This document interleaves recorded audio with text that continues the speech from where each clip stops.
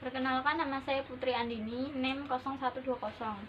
Saya akan membacakan tinjauan pustaka, yaitu tinjauan pustaka atau disebut juga kajian pustaka atau literatur review, merupakan aktivitas untuk meninjau atau mengkaji kembali berbagai literatur yang telah dipublikasikan oleh akademisi atau peneliti lain sebelum terkait topik yang akan diteliti.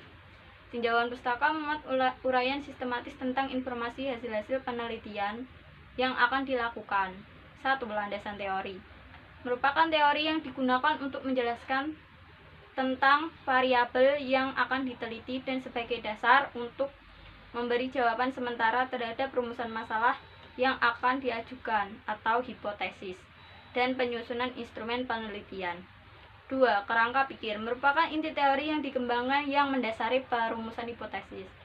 3. Hipotesis merupakan langkah ketiga dalam penelitian. Setelah penelitian mengemukakan landasan teori dan kerangka pikir, hipotesis berasal dari dua kata, yaitu hypo dan tesis. Hypo bersifat meragukan dan tesis berarti kebenaran.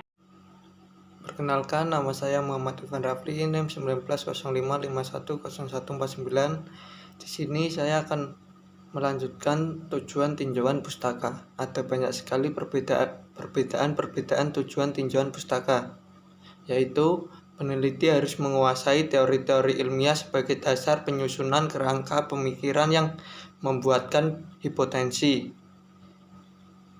Kerangka pikir merupakan model konseptual tentang bagaimana teori hubungan dengan berbagai faktor yang telah didefinisikan sebagai hal yang paling penting. Jadi demikian, maka kerangka berpikir adalah sebuah pemahaman yang melandasi pemahaman yang lainnya, sebuah pemahaman yang paling mendasar dan menjadi pondasi bagi setiap pemikir, atau suatu bentuk proses dari keseluruhan peneliti yang akan dilakukan. Kami juga menemukan tujuan tinjauan pustaka secara lebih sederhana, yaitu untuk menginformasikan kepada pembaca tentang hasil-hasil penelitian terlebih dahulu. Gunanya adalah untuk mendukung topik penelitian yang akan kita lakukan, seperti menghubungkan penelitian dengan literatur yang ada, mengisi celah-celah dalam penelitian sebelumnya, dan kita dapat menyediakan kerangka kerja dan tolak ukur untuk mempertegas pentingnya penelitian tersebut dengan membandingkan hasil-hasil penelitian yang lain. Selanjutnya, saya akan menjelaskan tentang cara penyusunan tinjauan pustaka. Sebelum menyusun tinjauan pustaka, terlebih dahulu kita menentukan topik penelitian. Topik penelitian adalah pokok permasalahan dari suatu penelitian atau sebagai tema pokok utama penelitian. Ada beberapa cara agar memperoleh pemahaman mengenai topik penelitian. Yang pertama, menulis judul yang jelas. Yang kedua, topik menentukan dan memberikan penjelasan atas apa yang kita teliti, sehingga kita harus merancang judul dengan baik sebelum menulis penelitian. Yang ketiga, membuat sejelas mungkin dan menghindari pernyataan-pernyataan yang berlebihan, serta memastikan judul tersebut sudah mencakup topik utama penelitian. Setelah menentukan topik penelitian, selanjutnya kita bisa menyusun tinjauan pustaka. Langkah-langkah menyusun tinjauan pustaka yaitu: 1. Mencari kata kunci penelitian. Yang kedua, mengunjungi perpustakaan untuk mencari materi referensi. Yang ketiga, membaca sekumpulan bab atau artikel dari buku yang relevan dengan penelitian. Yang keempat, mengumpulkan database terkomputerisasi. Yang kelima, membuat peta literatur. Yang keenam, memberi gaya atau arahan untuk menulis penelitian bergaya akademis seperti format konsisten dalam mengutip referensi.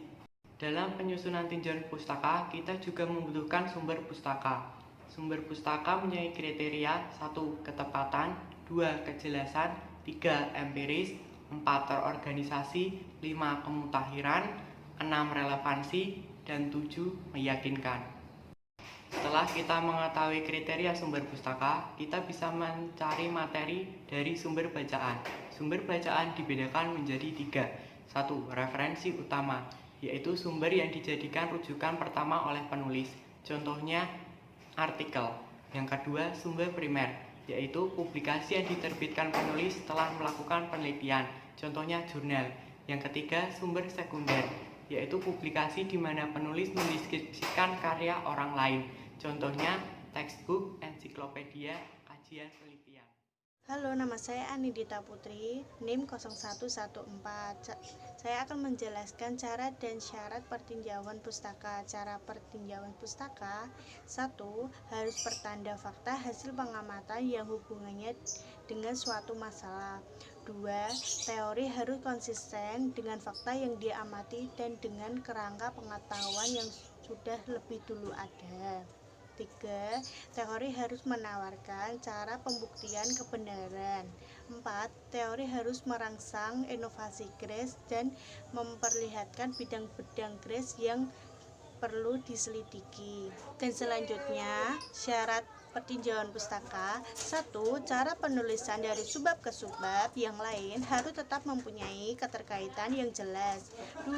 Untuk memperoleh hasil yang baik, studi pustaka harus memenuhi prinsip keterkaitannya dengan permasalahan yang ada.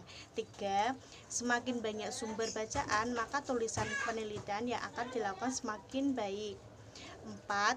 Pedoman kerangka teori berlaku untuk jenis penelitian.